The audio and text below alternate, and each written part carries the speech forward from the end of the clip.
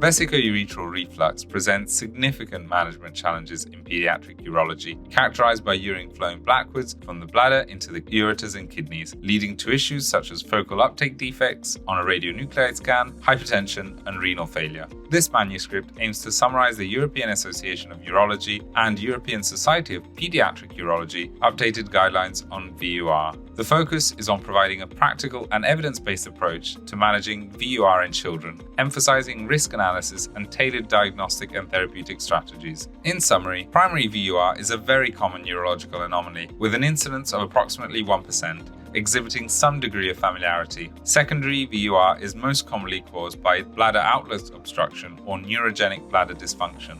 In the diagnostic evaluation, the workup includes evaluating overall child health and development, renal status, and bladder-bowel dysfunction. Ultrasound of the kidney and bladder is the first standard postnatal evaluation tool. Voiding cystourethography is recommended for specific cases such as bilateral high-grade hydronephrosis and abnormal bladders with a history of febrile UTIs. DMSA scans are considered the best for visualizing cortical tissue and assessing differential kidney function. The presence of renal cortical abnormalities, bladder dysfunction, and breakthrough febrile UTIs are all negative predictive factors for VUR resolution. Regarding conservative management, this includes watchful waiting, intermittent or continuous antibiotic prophylaxis, and bladder and bowel dysfunction rehabilitation in children with lower urinary tract dysfunction. CAP should be considered based on individual risk assessments, such as in infants with UTIs and high-grade VURs, and should not be seen as a blanket approach. Finally, surgical intervention is recommended for persistent symptomatic VUR, breakthrough infections despite CAP, or CAP non-compliance, and possess excellent postoperative outcomes. To conclude, the updated guidelines provide a comprehensive and practical framework for diagnosing and managing VUR in children, emphasizing the importance of individualized treatment plans. However, the recommendations are limited by the generally low level of evidence due to the lack of robust prospective randomized control trials.